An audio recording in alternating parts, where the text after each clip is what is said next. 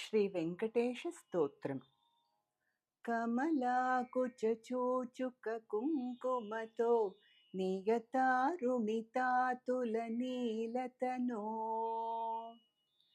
कमलायतलोचनलोकपते विजयी भव वेङ्कटशैलपते। कमलाकुचूचुककुङ्कुमतो नियतारुणितातुलनीलतनो कमलायतलोचनलोकपते विजयी भव वेङ्कटशैलपते। स चतुर्मुख षण्मुख पञ्चमुख प्रमुखाखिल दैवतमौलिमणे शरणागतवत्सलसारनिधे परिपालय मां वृषशैलपते। अतिवेलतया तव दुर्विषहैरनुवेलकृतैरपराधशतैः भरितं त्वरितं वृषशैलपते परया कृपया परिपाहि हरे। अधिवेङ्कटशैलमुदारमतेर्जनताभिमताधिकदानरतात् परदेवतया गदितान्निगमै कमलादयितान् न परं कलये। कलवेणुरवावशगोपवधूषतकोटिवृत्तात् स्मर कोटिसमात् प्रतिवल्लविकाभिमतात् सुखदात् वसुदेवसुतान् न परं कलये। अभिरामगुणाकरदाशरथे जगदेकधनुर्धर धीरमते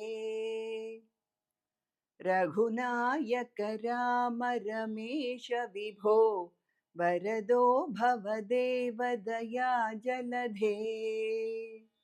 अवनीतनया कमनीय करं रजनीकर चारु मुखाम्बुरुहम्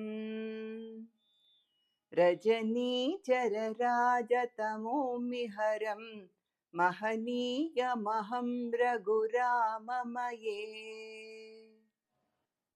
सुमुखं सुहृदं सुलभं सुखदं स्वनुजं च सुखायममोघशरम् अपहाय रघुद्वहम् अन्यमहं न कथञ्चन कञ्चन जातु भजे।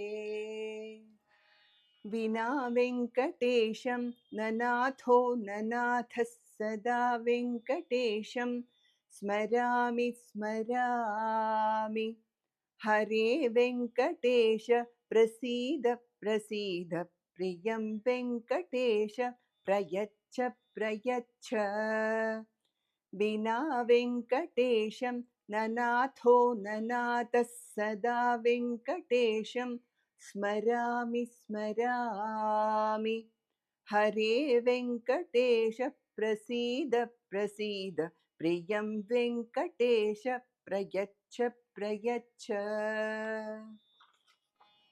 अहं दूरतस्ते पदाम्बोजयुग्म प्रणामेच्छयागत्य सेवां करोमि।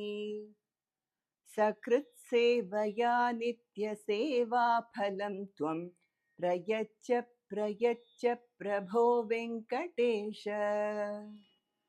अज्ञानिना मया दोषान् अशेषान् विहितान् हरे क्षमस्वत्वं क्षमस्वत्वं शेषशैलशिखामणे। अज्ञानिना मया दोषान् अशेषान् विहितान् हरे क्षमस्वत्वं क्षमस्वत्वं शेषशैलशिखामणे।